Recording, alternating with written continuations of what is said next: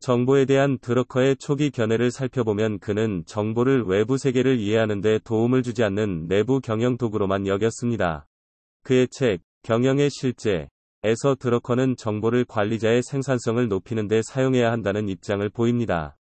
그는 또한 기계의 한계와 잠재적 위험을 경영자들에게 경고하였으며, 경영자가 깊이 생각하지 않거나 힘든 결정을 피하기 위해서 기술이나 보조기구에 의존할 수 있다고 보았습니다.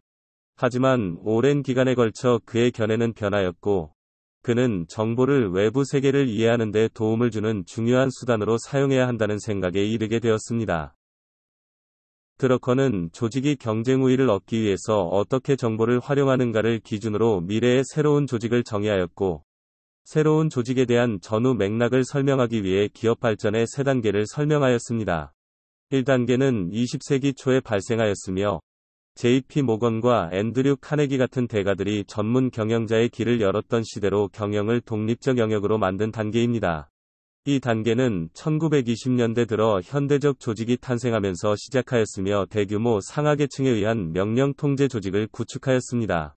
3단계는 부서와 부문으로 구성된 명령 통제 조직에서 정보의 바탕을 둔 지식 전문가로 구성된 조직으로의 변화입니다.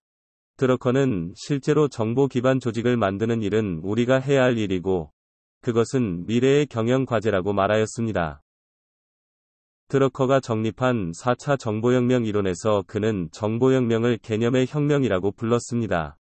과거의 정보기술이 자료를 모으고 전송하고 발표하는 등 데이터에 집중했다면, 새로운 정보혁명은 의사결정을 더 잘하는 데 도움이 되는 정보를 요구하고 자료에 대한 의문을 제기합니다.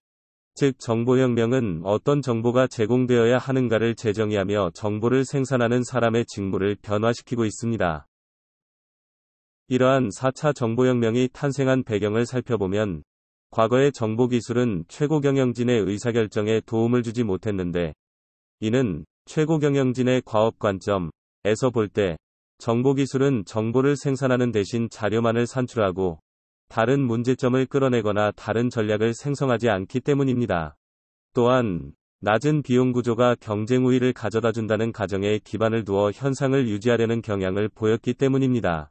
하지만 사업의 성공은 결국 비용 통제에서 나오는 것이 아니라 가치와 부를 창조하는 것에 달려있기 때문에 과거의 정보기술이 실용적인 정보를 원하는 고위 경영자의 욕망을 충족시키지 못함에 따라 새로운 단계의 정보혁명이 촉발하였습니다. 드러커는 정보가 기업에만 적용되는 것이 아니라 다른 분야까지 확대될 것으로 보았으며, 새로운 정보혁명이 교육과 의료를 혁명적으로 변화시키려 한다고 예측하였습니다.